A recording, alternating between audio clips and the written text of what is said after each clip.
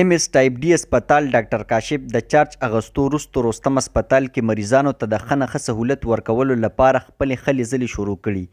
په یوه نیمه میاشت کې اسپتال کې د صفایۍ د 50 کالو زاړه لیټونو مرمت، د سټاف ډیوټي کولو، د نورو ډاکټرانو تعیناتي او دغه شان نور یو شمېر کارونه وکړل. لومړنۍ زموږ په ذهن کې دا و چې په دې رستم اسپتال باندې د خلکو اعتماد بحال کړو. د اعتماد بحالېدو لپاره مونږ لومړی په انفراسترکچر او بیا په سرویسز دا مونږ دوه ټارګټ کړو. او په سرویسز کې بیا مونږ خاص کر لیب سرویسز او ریډیولوژي سرویسز په دې باندې ډېر زیات فوکس کوو. د ټول نه لومړنۍ خو مونږ دلته د مودو چې کم بند لایټونه او تک تور تمبه او د شپې تیارې به وي هغه مو ختمې کړې. بیا وایټ واش مو کو، ټول اسپتال له مو یو غسل ورکو، بالکل مو کلیر کو، صفا مو کوم، لارې کوڅې نالې دا مو روښانه کړې، صفا مو کړې.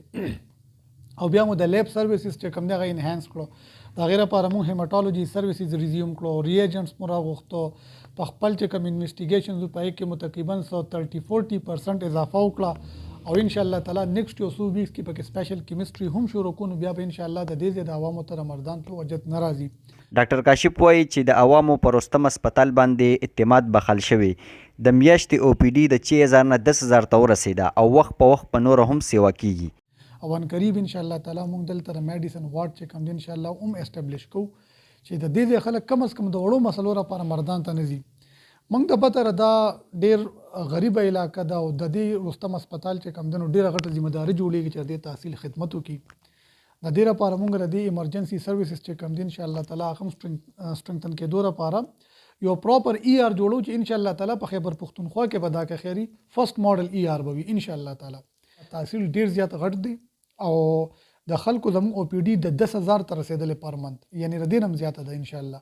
ضیع ولس د ډاکټر کاشف په راتلو د خوشحالۍ اظهار کړی او د هغه شکریه ادا کړې. کم لیټونو کم پروګرام یې کو، په اسپتال کې د کیجوالټۍ 2-3 پرې راوند کی، د نرسانو تپوس هم کی، د ډاکټرانو هم کی، د بابوګانو هم کی. او بله خبره پکې اهم دا ده چې لکه موږ د جاوید صاحب هم ډېر مشکور یو، ډیچو صاحب چې هغه هم ټایم په ټایم دارې خبرې نه ځان خبري. او بل خبره پکې دا د صفایي چې کوم دغه کاشف صاحب وکړو موخې مې وکړو، یا دلته کې د بیمارانو یا او پی ډي کومه سیوا شوه، د میډیسن دلته ډېر غټ کم یو خلکو ته ضرورتونو هغه یې پکې مو وکړلو.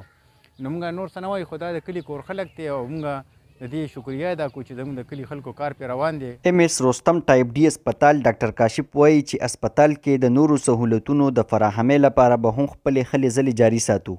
عمر خاکسار، پښتونخوا ریډیو، مردان.